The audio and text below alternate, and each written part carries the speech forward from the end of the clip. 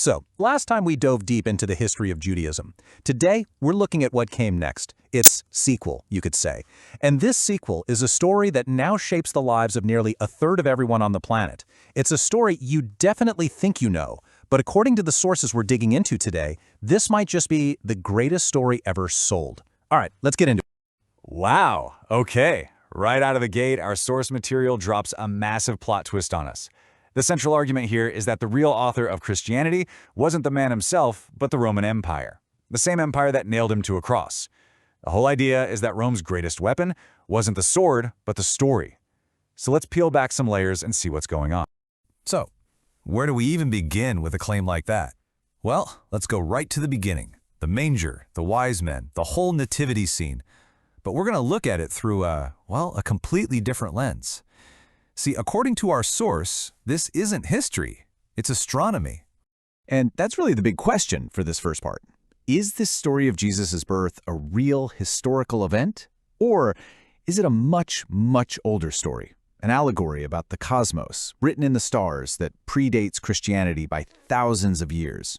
The source is making a very strong case for the second one. Okay, now this is where it gets really interesting. Look at how these parallels are laid out. The three wise men following the star? The source claims that the three bright stars in Orion's belt. And that star in the east they're following? That's Sirius, the brightest star in our night sky. And get this, on December 25th, those three stars in Orion's belt align perfectly with Sirius to point to the exact spot on the horizon where the sun will rise. It's not the birth of the sun, S-O-N, it's the rebirth of the sun, S-U-N. So why that date? Why December 25th? Well, it's all about the winter solstice. Ancient people were incredible astronomers. They watched the sun appear to move south in the sky for 6 months. But from December 22nd to the 24th, it looks like it stops. It just hangs there, near a constellation called the Southern Crux, or the Southern Cross. So to them, the sun dies on the cross for 3 days, and then, on December 25th, it moves again, 1 degree north, promising longer days and the return of spring. A savior, dying on a cross, only to be resurrected 3 days later. According to the source, pagans were telling that exact same story about the sun thousands of years before Jesus was born. Okay, so if the divine birth story is really an old cosmic allegory, then who was the actual man? Let's zoom in from the stars and take a look at the historical person at the center of all this. On the left, you've got the image we all know, right? The Hollywood version. But the source material paints a completely different picture. It suggests the real historical Jesus was a humble Jewish rebel. And he wasn't trying to start a whole new religion. He was trying to fix his own. He was fighting the corruption in the Jewish elite and the brutal Roman occupation, probably after being trained by a pretty mysterious sect of mystics called the Essenes. Now, what about hard evidence? Think about the Roman Empire. These guys were meticulous. They were master bureaucrats who documented everything. So for a guy who was supposedly drawing huge crowds, performing public miracles, and directly challenging their authority, how many official Roman records of him from his lifetime have we ever found? That's right, 0. A big, fat 0. No arrest warrants, no trial records, nothing. To the Romans during his own time, it's as if he didn't even exist. Of course, this kind of activism didn't sit well with the people in power. The Jewish establishment and the Roman government basically conspired to get rid of him. And they did. They killed the man. But what they didn't realize was, you can't kill an idea.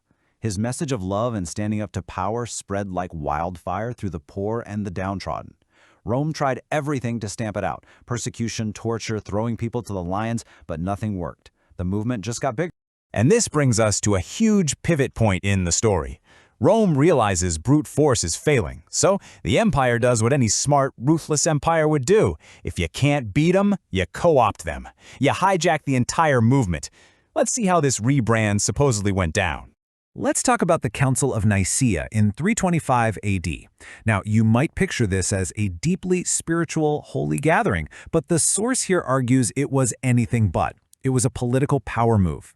Emperor Constantine saw his empire starting to crumble, and he needed a kind of social superglue to hold it together. So in this view, the council was basically an editorial meeting to pick and choose which texts and myths would create the perfect unified state religion.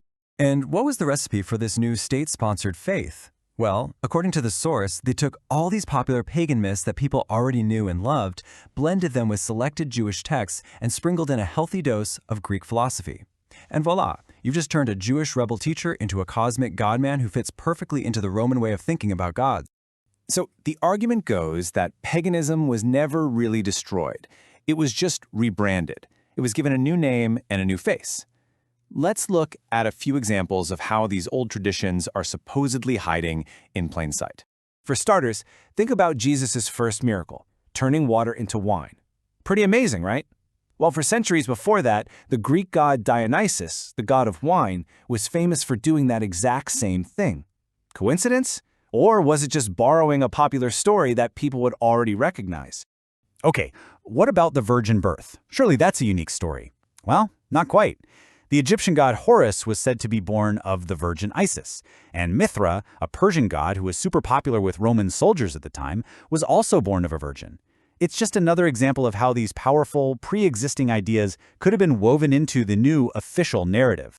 It doesn't stop with the stories. It's the holidays, too. Ever wonder why we have bunnies and eggs at Easter? The source links it directly to ancient pagan fertility festivals. Halloween? That comes straight from the Celtic festival of Samhain. And the very day of worship? Sunday. Literally, the sun's day. The source claims these connections are absolutely everywhere once you start looking. And if you want the most blatant piece of evidence, our source says to look right at the heart of the Vatican. St. Peter's Square is basically a giant sundial. And what's at the dead center of it? A massive Egyptian obelisk, a monument to the pagan sun god Ra. Why is a pagan sun monument in the middle of the Vatican? And why do all the saints have halos, which are just representations of the sun's disk? The symbolism, it argues, isn't hidden at all. It's right out in the open. So we've gone through the how, this alleged blending of stories for political gain. But let's talk about the why. And what was the long-term consequence of creating one giant centralized religion? Well, according to this perspective, the quest for total control came with a very, very high price. This timeline really lays out the argument. It begins with the Roman rebrand creating this powerful tool for social control. But that concentration of power, in this view, led directly to the Dark Ages. You had a papacy that suppressed science, burned books, and silenced anyone who questioned their authority. And the cost of all that control? Some historians estimate it slammed the brakes on human progress for at least 300 years. But today, something is changing. That monopoly on information is gone. Thanks to the internet, knowledge is everywhere. And our source argues that as people get more access to this history, these ancient stories are losing some of their power. You can see it in the trends, especially in the West. Traditional faith is declining, while things like atheism and deism are on the rise. You could say the spell is starting to break. So, is this all story, a grassroots spiritual movement getting hijacked by the powerful, is that unique to Christianity? Well, the source we're looking at says absolutely not. It argues that this is a repeating pattern throughout history. It happened to Judaism, it happened to Christianity, and yeah, it may have happened to the other great world religions too. And that leaves us with one final massive question. We've seen how this pattern allegedly played out in two major faiths, but what about the third? Did this happen to Islam too? Well, that's exactly what we're going to explore in our next explainer, where we investigate how another prophet's message might have been transformed by another empire.